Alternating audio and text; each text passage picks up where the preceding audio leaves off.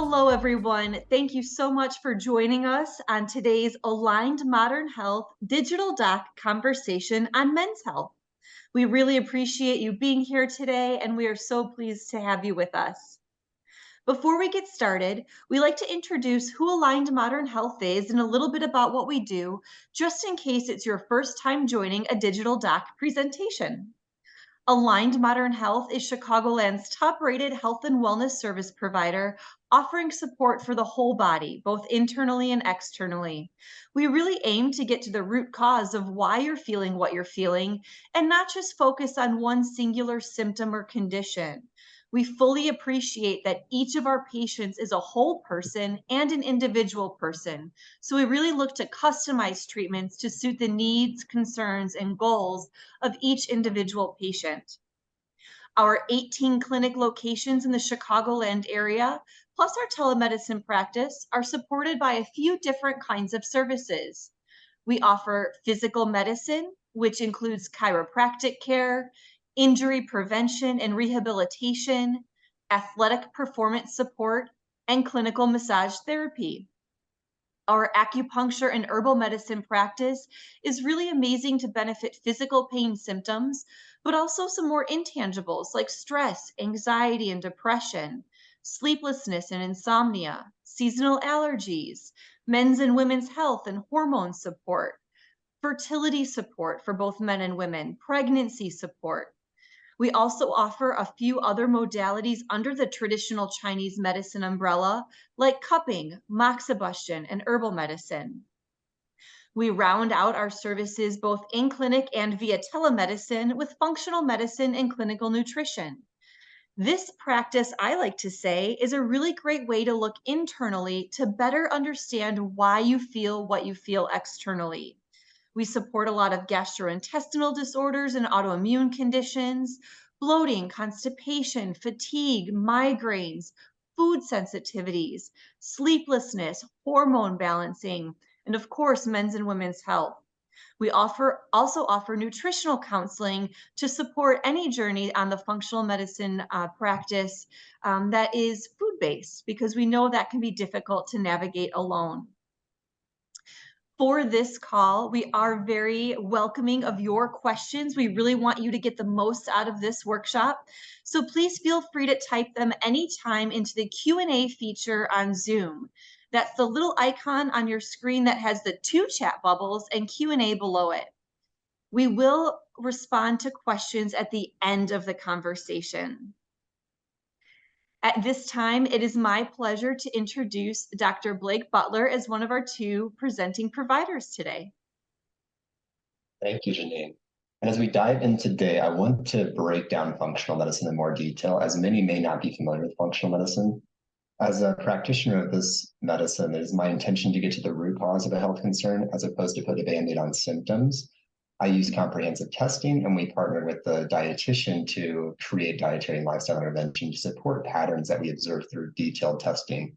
Oftentimes, we have to consider multiple systems when working with individuals because we're not just a list of symptoms. We're a complex organism that has multiple body systems that interact with one another to create or sustain health. And we have to typically understand in great detail where the breakdown may be when supporting men's health concerns, for example. So I think this is a really important conversation today.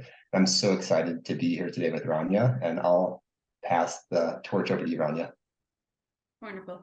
Thank you, Dr. Blake. Thank you, AMH, for making this possible, and the marketing team, Janine, Dr. B, for sharing all your expertise. And I want to take a moment to just show deep gratitude for all the amazing men that are also in our lives, family, friends, professionals, doctors who are just incredible, and happy belated Father's Day. And specifically to my father, who has instilled wisdom, love, and an amazing work ethic in me. So deep gratitude for that. So a little bit about what to expect when we're talking about acupuncture.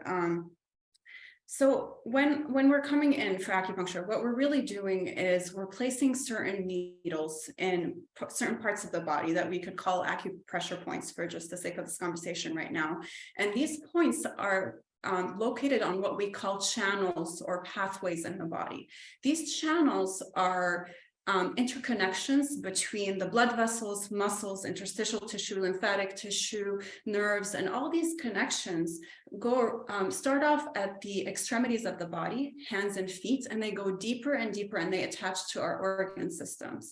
And so what we do is when we place these needles there, we're addressing hyperfunctioning or hypofunctioning of the body, and we're regulating the body, we're neuromodulating the body. And through doing that, we bring balance or allostasis to any kind of issue that's going on. So that's one aspect of it. The other aspect is, from a Western standpoint, what we're doing is we're creating almost like a tiny bit of an inflammation in the body that can actually trigger a healing cascade and bring all the factors and nutrients that we need, oxygenation to help blood flow. We're releasing endorphins, activating the parasympathetic system. We're regulating certain hormones that are going on in the body. And these effects can really, really help bring people back on track. So excited about today. Excellent. Well, as we dive in today, I think we're going to focus on some unique topics with regards to men's health. Often when we hear the term men's health, we think testosterone, or most individuals think testosterone, and that plays an important role in men's health, but that's not the full picture. So I want to focus on emotional well-being and health, sexual health, and prostate health, in addition to cardiometabolic health. But before we dive into these topics in more detail, I think we should address the elephant in the room. Oftentimes men aren't seeking health care. Why do you think that is? That's an excellent question, Dr. Butler. I mean, the simple answer is we don't know folks don't know what we have to offer. So then we're here, obviously, that's why we're here today, to educate folks on what we can do. But the more, I think, nuanced answer, and it's not very innovative because I think there's more and more conversations happening about this, but I think it's difficult for men to come in and ask for support. And especially when we're talking about issues around men's health, because masculinity is tied to a certain type of strength and performance. And I think it's really difficult for anybody generally to come in and say, hey, there's something going on for me and I need support. It takes a lot of courage. And I think that's something we really need to recognize when we're facing our patients. And that's something we really do. And it's an individual journey. At the same time, we're here to support people to build emotional resilience and not rely so much on the gender roles that are imposed upon us to function a certain way, rather than build that emotional resilience and almost lean into that fragility to become, more healthier beings and more excited beings, rather than living in certain boxes that are set up for us. Yeah, I love that. And like we talked about the other day, I think we have to change the narrative as it relates to how we perceive healthcare in this population. I think it shows strength and courage to seek care for erectile dysfunction, for example. I have the privilege, and I know you too, of partnering with individuals who are seeking care to address that sexual function concern. And it's such an opportunity to really support that individual, and to have someone open and vulnerable like that really allows us to build a very strong connection from a healthcare perspective. And I think there's something very encouraging about that. And the fact that we get to see that more and more is very promising. And I'm excited to have a conversation regarding this today, because I think these topics are often not discussed. They may be considered taboo. And as we dive in, I wanted to hit on emotional health before we dive into sexual health and other trends related to prostate health, for example. From an emotional health perspective or a mental health perspective, what are you seeing in the male population, and how are you navigating care? It's a little complicated because, again, like, it ties back into, the narrative around men are not supposed to experience a certain set of emotions, or some emotions are more okay than others. Like, it's okay to have maybe experience a bit of anger, but then too much anger is considered violent, and this and that. And so I think it's just, I find a lot of folks coming from a place of like trying to be as responsible as they can be, but also needing support around that. And the beauty about TCM, traditional Chinese medicine, is that we recognize emotionality as also a physical process in the body. like we're not, and almost like it's more complicated to define. Like we're not saying, okay, emotional versus physical. We're connecting the two, and we're merging these straight lines around them. And what we're doing is we're saying, okay, we're going to tackle these issues because we understand that they have actual physiological effects on people, but they can also exist due to physiological issues that are going on. So then we look at it in that kind of, in that way. And we're also considering the fact that stress levels, I mean, more and more research shows the amounts of chaos that stress can cause in the body. We're talking about cortisol levels, increased cortisol levels actually affecting testosterone levels. We're talking about cortisol levels causing all sorts of inflammation and irritation in the body. And that's something we do very much tackle with acupuncture and herbs too.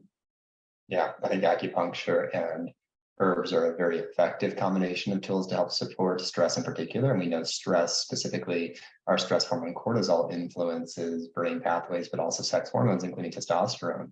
Furthermore, I think it's important to know that the brain acts as the control center. So if we're not considering our brain health or our neurology, we are missing a key piece of the puzzle when supporting the whole person, which is really the intent of our healthcare. We want to support the whole individual, not just the symptom. So we have to consider mental and emotional well-being and mental and emotional health when supporting overall sexual health and men's health in general. I think it's also important to note that we can do testing for this. So from my perspective as a functional medicine provider, we have the ability to perform diagnostic testing through labs to understand if there's nutritional deficiencies or factors that would influence our happy hormones or neurotransmitters. We can also look at what are called metabolites through urine testing, in which we look at breakdown or byproducts of these happy hormones so we can determine what we may need to support more clinically. And I find that this can be a very effective tool when trying to lay a strong foundation to support that whole individual. Further, as we talk in more detail about sexual health, I want to touch on male infertility or infertility in general quickly, just because I think that's often overlooked. We know that approximately 30% of infertility cases are related to the male. In addition to that, approximately 2/3 are related to a combination of both partners involved in the fertility journey. So we have to be really intentional about navigating that and being thoughtful in our workup or diagnostic process, because only 41% of physicians are typically recommending follow-up or care for the male partner, and we should be recommending that all the time. So if you're someone who's managing or battling infertility or going through that process, I think it's important to know that it is important to take a look at the male component as well when indicated, because obviously there's multiple ways to get pregnant. It doesn't require male and female, but at the same time, we know that we're discussing this regarding the male population today. So I don't overlook that. And I know you're very passionate about fertility and infertility care in general. Do you have any other things to add regarding that? Definitely. I mean, when I look at the system, and it's always interesting when I hear people shy away from doing some of the men's health work. It's generally because they'll say, okay, well, the system's not as complex. You know, you're not carrying a baby for a certain set of months, you know, and so it seems almost like not as exciting. And to me, I find it being the opposite, because I look at the system and it just, there's, you know, I mean, we're talking about like the prostate that's, you know, as the size of a walnut. And then we're talking about certain parts of the body that are so interconnected and so tiny. And I think it's like we're, including like semen, for instance, when we're looking at semen and nutrition, if you look at the literature, every aspect of the semen requires a certain type of nutrition to be able to grow and function. So for motility, morphology, so like shape and size and speed of sperm, we need a certain set of nutrients. We need to decrease any kind of damage that could be caused by, you know, oxidative stress and all sorts of things. And so I think with acupunctures and herbs, you know, show a lot of anti-aging effects and factors, and I think and anti-inflammatory factors, and those are things that we truly consider in our medicine through our forms of differential diagnosis. And we're looking at certain patterns in the body, making sure that we are tackling these issues individually, you know, or looking at each person individually in their own journeys.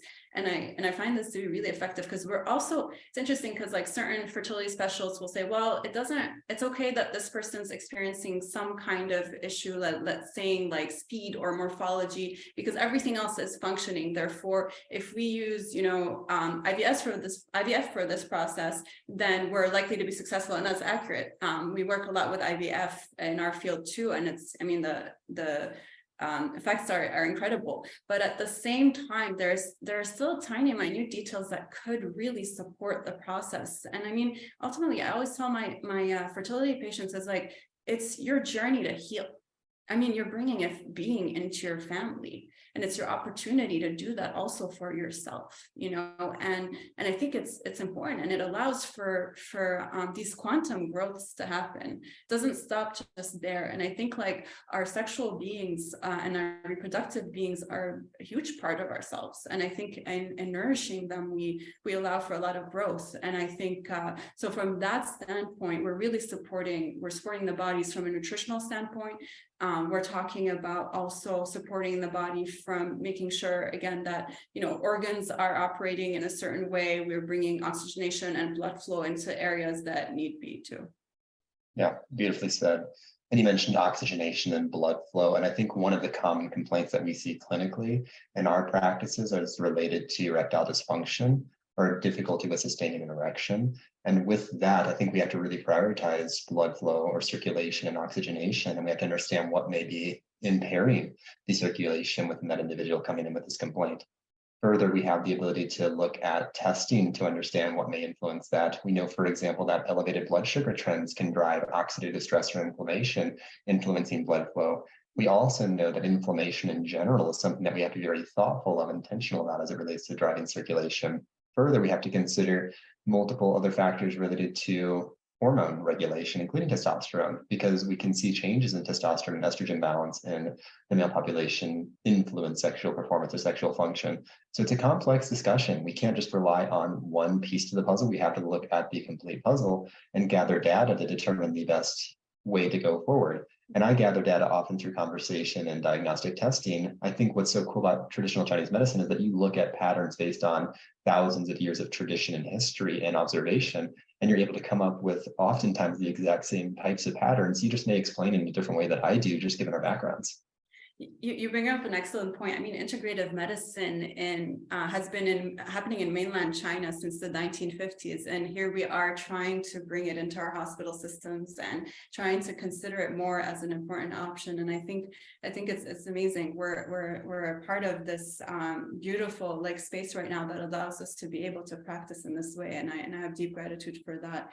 And, I do appreciate what you're saying a lot. And we were talking about vascularization and erectile dysfunction too. And it's interesting because I come at it from my psychotherapist side right before I started working as an acupuncturist too. And I think there's two different types of erections that folks can have. So we've got the psychogenic ones and the reflexogenic ones. And so when we're looking at even just erection as a simple factor, we're trying to understand, okay, so is this something that's emotional? Is there, because there's different ways to trigger an erection, and so there could be blockages on those ends that could cause an issue. So what we're doing in Chinese medicine is we're trying to say, okay, so is this something that's emotional? Is there a relationship? Are there relationship issues? Is there trauma? Is there excessive pornographic usage that could, affect dopamine levels? Or are we talking about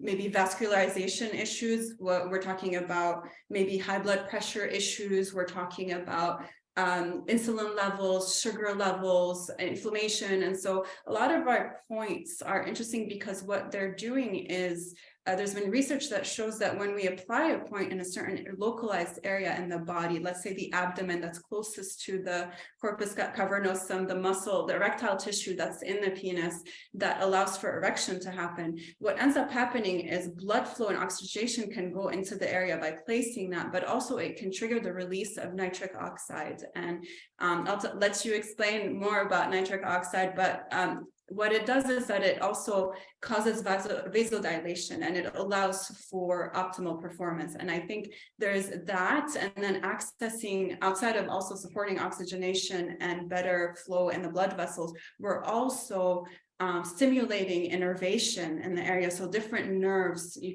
can stimulate from the back, the front of the body, that can allow for, again, better communication in the body. Yeah, absolutely. And I love that you brought up nitric oxide. You mentioned vasodilation that occurs when the blood vessels open up to allow for better circulation or blood flow. And that can be triggered in many forms. You mentioned acupuncture can drive or upregulate the production of nitric oxide. We know exercise plays a significant role in nitric oxide upregulation. Further, we can use certain agents clinically like vinpocetine, huperzine A, or other factors to create that similar internal response. I don't recommend using specific agents without the support of a practitioner, however, because once again, these are complex mechanisms. We have to understand what the individual in front of us needs. And there's not a one size fits all approach when it comes to supporting something that is influenced by both mental and emotional health and our physiology beyond that. So I think it's really important that you look at it with that broad view and you have the ability to understand the complexity of this type of pattern when working with the individual to establish the appropriate care. So I love how you approach that. And of course, we have a lot of overlap with regards to how we approach things, and the science is consistent across the board. And we have the ability to come at it with multiple different approaches, which provides, in my experience, the best outcome for individuals, because I wish I had all the answers. I don't. That's the benefit of having a teammate or working with other providers who have a different background and different perspective. And I think that's what's really important when supporting men's health, because it is complicated. We tend to say it's not, especially compared to the female population, but in reality, it's very complicated. And we have to be really intentional about, for example, how the gut may influence our hormone pathways that could also drive low libido, poor sexual function or performance. And we want to be thoughtful about that and asking questions when working with individuals. And we can talk about that in more detail. If there's any questions, please at the end, leave them in the Q&A box. But it is, once again, a very interesting topic of conversation. And I think that we miss the mark when we try to oversimplify it. Yeah, definitely. I mean, and I love that interconnectedness that you speak of between our like organ systems and our systems and our bodies, because, you know, that's one thing that Chinese medicine definitely brings forward. Like, we may not initially have had an understanding of anatomy in the same way as we did have an understanding of connections in the body. So like being able to understand that the lung system can be connected to our sexual organs, our liver system, our, our pancreas, like, we're talking about insulin. And so we see these connections. And I think, like, you and I have talked about this before, but when we talk about this, we think of, like, a lot of times when we're talking about health issues, we're just like, okay, so we're treating the extremes, right? So like, it's either we need care or we don't need care. And what about all the people in between, that gray zone that, maybe pre-diabetic, may have some kind of complication that, I think we talked about premature ejaculation the other day, and we were saying how, it's defined as, within, it's like ejaculation within 1 minute within entry. And so really, ultimately, what about all the other minutes that are required to be able to connect with someone, or, however so many someones you're interacting with? But like, when that's going on, then, who are these people going to seek care? Because, like, it's not considered a pathology. And so I think this is where we step in and say, okay, there's more to the story. There are some things that are unspoken that we can bring light to, and that we're seeing in our patterns, you through your testing, and me through being able to ask my questions and see the results and observe and look at, we have like tongue diagnosis, we have pulse diagnosis, be able to use all our tools to be able to see those results over time and see our patients succeed and get excited about these results. And that's what keeps us coming, right? And working together. Oh, absolutely. And our health really matters. We want to live fulfilled lives, and we want to really prioritize health, because it's a cliche, but health is really our greatest wealth. If we don't have health, we really only seek one thing. So I think we have to really prioritize that. And I think being vulnerable, especially as a male, we're able to really help support health trends that many don't have addressed, secondary to fear or concerns regarding their own masculinity. And I think that's something we touched on earlier, but I also want to bring that back because it's just such a common concern. And once again, I'm so grateful to have vulnerable individuals in my practice that are open and are sharing and willing to make adjustments and changes, because there's a lot that we can do. For example, we can recommend specific dietary intervention with the support of a registered dietitian or clinical nutritionist. We can also introduce therapeutic intervention to help regulate hormones and support circulation and blood sugar. We often see changes with regards to cardiovascular and diabetic risk factors contribute to changes regarding sexual function. So if we're treating someone who's diagnosed with, for example, an elevated hemoglobin A1C or prediabetes, we can really target that and see further downstream improvement regarding hormone regulation and sexual function. So know that you don't have to have significant concerns like you mentioned to seek care, but if you're noticing that you're just not functioning optimally, you're not feeling your best, it's a really good opportunity or a good time to then seek integrative healthcare, because we look at it through a different lens. We want to work in the gray area. We want to be more nuanced with regards to our conversation and our care recommendations. And I think that's true when it comes to prostate health as well. I know with prostate health, we work from a preventative standpoint often, and in many cases with prostate cancer, we're not treating the cancer, but we can help manage potential symptoms of treatment via the oncology team. What are you seeing with regards to prostate health, or what interests you with regards to care associated with prostate health? So much. I think the education piece is important to me, because I think it's always interesting to look at, when people start talking about the prostate, people in their late 40s, 50s, 60s, that's when the conversations start to happen. I'm like, what happens before? And, it's andropause. I think if, there's different opinions about whether or not it exists, it's just, the shift of hormones is a little different than other systems, right? But it's still there, it's still happening. The enlargement of the prostate is, very common. Like, it's not something that only happens to a few men, but I think the issue of it is once it becomes symptomatic. And I think that's where we can kind of provide support. So what we're really doing in our work, for instance, is we're actually stabilizing. We can do work to stabilize the prostate. We can do work to support any lower urinary tract syndromes that are happening from dribbling to pain to difficult urination. And so, by working with the Trussor muscle, the bladder muscle, and also actually helping urination flow through the urethra, and we can do all that through our acupuncture, through our herbs. And it's impressive to be able to see some of these results, patients being able to sleep through the night, not having as much urgency. The process of how this works is, there's the hormonal process, that there's a shift and hormonal shift that happens where, testosterone starts to turn into DHT. And in that sense, that's how it causes the prostate to enlarge. And so what we're doing here is we're still, again, looking at possible hormonal regulation. We're looking at the vascular process to make sure that, folks who have other complicated issues like diabetes and hypertension are seeking support. But yeah, we're locally working on the area, but we're also providing some chemical supports through our herbs to be able to help with some of these symptoms from that standpoint. Absolutely. And I think symptom management is very important, because if you're experiencing prostate or urinary difficulties, it becomes very impactful as it relates to day-to-day function, especially as it relates to sleep quality, for example. So I think that's a really key component to our care. And in fact, I tend to refer to the acupuncture team whenever I have concerns regarding enlarged prostate, because there's only so much that I can do. I can introduce strategies to help regulate that from a nutritional standpoint, including saw palmetto, in addition to stinging nettle and other amino acids and other nutrients that may be helpful. But quite frankly, I see better results when co-managing with an acupuncturist when trying to regulate symptoms.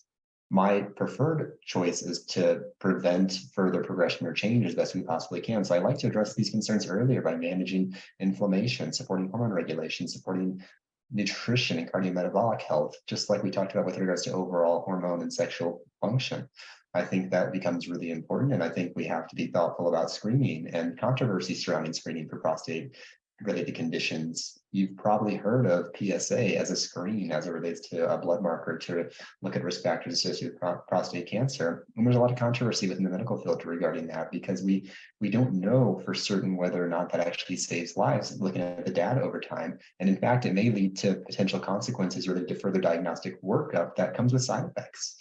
Screening from a prostate perspective comes with additional side effects, including bleeding, potential infection, and potential impaired erectile function, for example. So I think we have to be really intentional about who to test and when to refer when it comes to this population. And I think that takes the work with a skilled practitioner.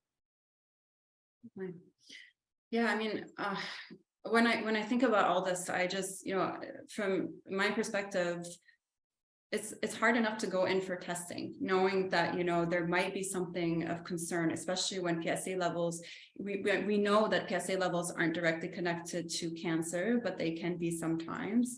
And at the same time, there's still concerns around that. And I think it's difficult enough to go in for testing and then to think about all the possible symptomology from bleeding to yes, maybe it's transient erectile dysfunction, but it still could be there more long-term if there's complicated issues happening in the body too at the same time. And so, I mean, from a Chinese medicine standpoint, we can address some of these issues by supporting any discomfort and treating all this stuff and supporting any, again, urination flow and any kind of complications that can arise from getting any kind of transrectal biopsy or whatnot. But at the same time, I think my hope is that eventually some of these, and I think there's more and more innovative practices that are allowed, from PCA3 testing to transperineal test instead of transrectal testing. And there's just a lot of different things that are popping up. And I'm hoping that, there'll be a lot more options and more conversations about this stuff. But from my standpoint, what we're doing is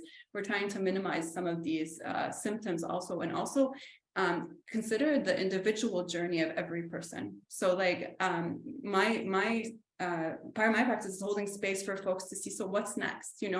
We talked about the watch and see kind of method that doctors utilize. And I think so I think in that time when people are waiting, it's a great opportunity to come in for care and treat inflammation, treat all sorts of things that can eventually lead to worse symptoms too.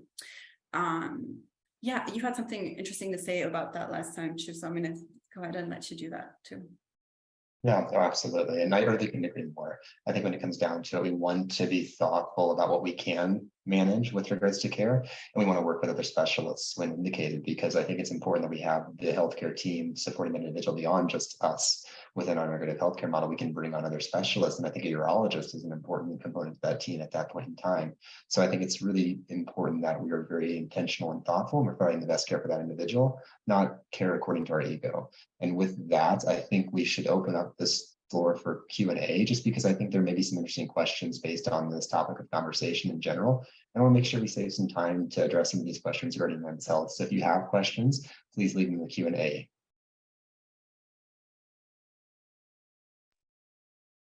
Thank you so much, Rania and Dr. Butler. We really appreciate your time and expertise. And as you mentioned, this is a great time to address some questions coming in. Just as a note, as you are thinking of your questions and or typing them in, Align Modern Health does offer free 15-minute consultations. So if you do have some questions that you would be more comfortable asking in a one-on-one setting directly with a provider, whether in acupuncture or functional medicine or any of our other services, you are very welcome to request that free 15-minute consult, that private conversation, by calling 773-692-6700, or you can request one online at alignedmodernhealth.com. We are in network with most major insurance providers, and via that number or the website, you can also request a complimentary benefits check if you would like to know what your policy actually covers. We are in network with the providers listed on your screen. However, each plan and policy is a little bit different, and we'll be happy to investigate your coverage and your patient responsibility on your behalf. All of that said, we do have a couple of questions here coming in. There's one question about tests being expensive and what are the costs. There are some tests that we offer, blood work, phlebotomy, that we can bill through to insurance. And there are some tests that are self-pay only, and those costs are the patient's responsibility in full. If you have questions about specific tests, we do encourage you to schedule a free consult so you can talk to a provider about what is appropriate for you and what those costs might look like. Let's see, we have another question here about prostate testing, and if a generally healthy adult male should get their prostate checked, at what point should they, and should that be something that the patient can initiate, or should that be something that perhaps a doctor, a PCP, or a general practitioner should initiate?